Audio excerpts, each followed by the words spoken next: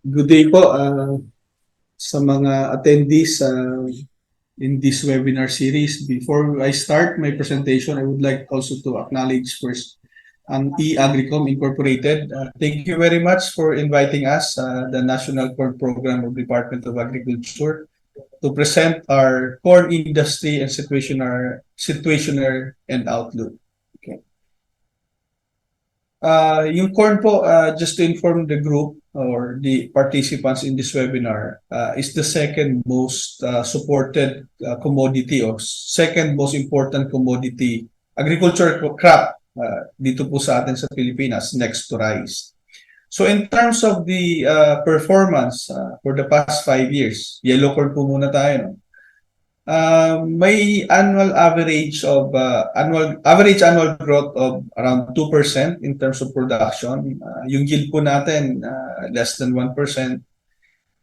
Minimal increase in the area being harvested. At if we look on the table po, no, on the slide, in terms of year-on-year comparison, last year as well as this year, as of the third quarter, meron mataas ang production natin as reported na PSA. And this can be attributed to an increase in the budget that we received for this year. Ano po?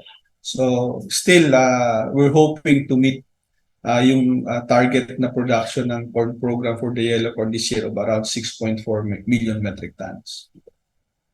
So next slide is for the white corn. Ito po ang medyo may challenge na nakikita natin sa screen.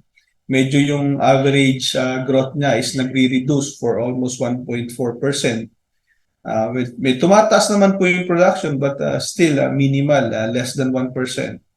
So if we look into the year-on-year comparison of 2022 versus 2023 as of the third quarter, medyo mababa yung production. And ito po, we can attribute this po, no, dun sa mga areas that shifted in planting white corn. They opted to plant yellow corn, well, because of the price. So next slide is, well, ito po papakita namin sa inyo, yung slide na to, among the provinces in the Philippines. Ito po yung mga top producers as of last year. Isabela with 4.5 tons per hectare average yield, followed by Bukidnon, 4.53, almost 5 tons per hectare. Next is Maguindanao, okay, almost 4 tons, still below the national average of 4.2. Followed by followed by Cagayan, ano po, 4.34 tons per hectare. Then lastly, to complete the top 5 is Lanao del Sur with almost 3 tons per hectare. So ito po, no, yung mga shown dito, yung color coded, yung pong blue, yan yung almost above 1 million metric tons ang production. Followed by yung red, which is yung sa Bukidnon, Maguindanao, which is nasa 500 to 1 million metric tons ang production nila. So looking into the performance last year, based on PSA data, nasa 8.3 million metric tons po. No? This is combined for yellow and corn. And out of that, nasa 74% ang share ni yellow corn as well as yung the remaining is for the white corn. Yung yellow corn po, based on the 12-year average, 84% ng yellow corn production po natin goes to the fields. No? And for the white corn naman po, 95% of the white corn being produced locally is pinaprocess po siya into corn grits and as food naman po ang use niya. And as of August 15, based on the Farmer and Fisher Folks registry system, nasa 1 million farmers po at meron tayong 534 farm workers. Ito po ay for corn enterprise o corn farming. So in terms of the trade performance for yellow corn, among the ASEAN countries, si Myanmar po ang top exporter. Ito po yung mga in-export niya is yung mais that are other than seeds. No? Yung Philippines naman po, we have a minimal volume being exported. Actually, this to Vietnam as corn seeds. Last year, we exported around 2,500 metric tons. In terms of import, Vietnam is the top importer. Almost 7.3 million metric tons last year ang in-import nila, and this came from Myanmar, Brazil, and Indonesia. For the Philippines, in terms of corn import, nasa almost 800,000 plus metric tons lang naman ang ini-import natin. Majority po ng ini-import natin is feed wheat. So okay, in terms of cost of production for yellow corn, ano po, this shows data for two ecosystem, yung rain-fed areas as well as irrigated areas. For the regions 2, ang data po nito comes from regions 2, 10, and 12, which is major yellow corn producing areas, as nakita nyo kanina. As well as yung sa irrigated naman po, tinignan natin ang data coming from region 3 and region 6. So pag tinignan natin in terms of cost of production, majority po ng sa rain-fed is attributed sa inorganic fertilizer, labor, and sa seeds. But pag tinignan natin yung irrigated, medyo nagkabaliktad po, no? Ang pinaka bulk ng gastos is sa labor, followed by the inorganic fertilizer, then the seeds. In terms of the total cost difference, no? May almost 20,000 pesos po difference ang cost of producing per hectare ang yellow corn.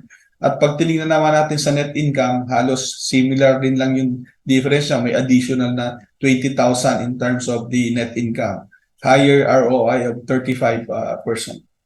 So for the white corn, ito po ang medyo mas mataas, no, in terms of yung sa labor niya, and halos pareho lang din sila, no, inorganic fertilizer, the labor, yung sa feed, yung sa seeds hindi ganong malaki kung sa rain-fed areas, but for the irrigated areas still yung seeds is mas mataas din, although mas mataas din yung gastos nila sa post-harvest. This is for the white. I think sabi ko nga, this is being processed into corn grits, no.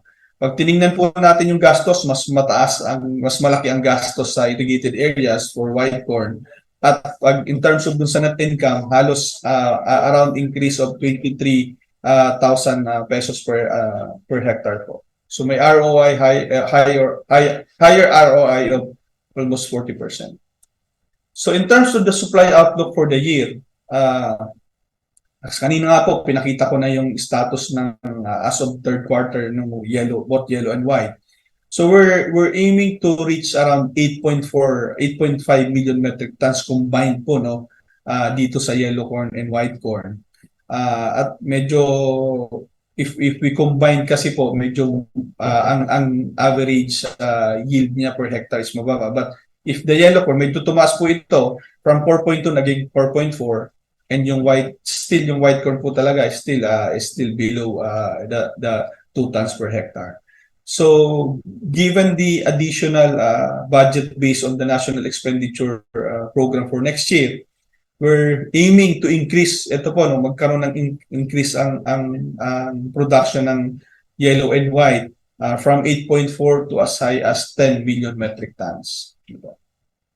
So in terms of yung breakdown in terms of supply utilization accounts, ito po yung for the year, no, quarterly.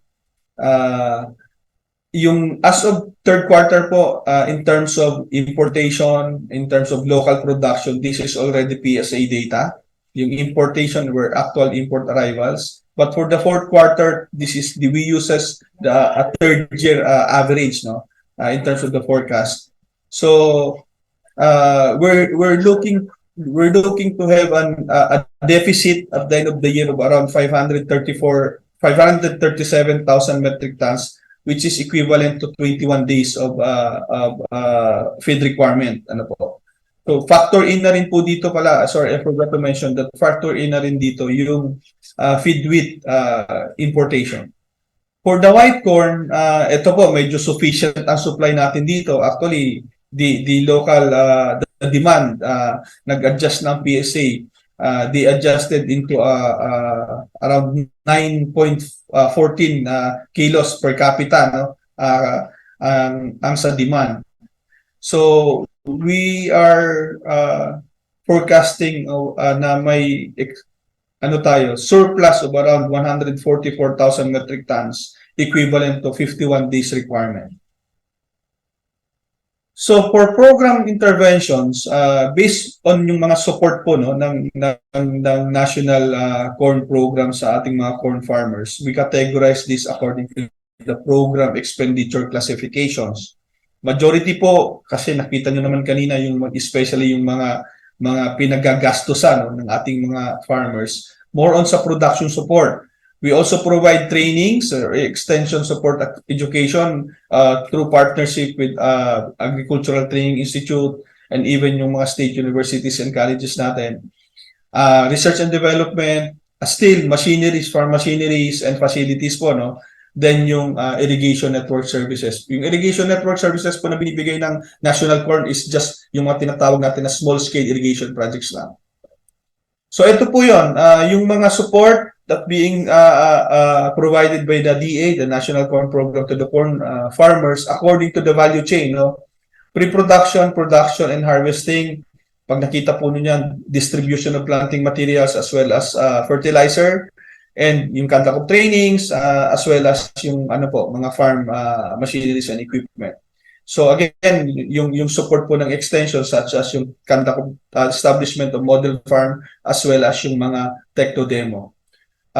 For the processing, for the corn meal is being provided to the yellow corn, hammer meal is being provided to the white corn farmers. At meron din po tayong mga iba-ibang support na sa iba-ibang in terms of equipment.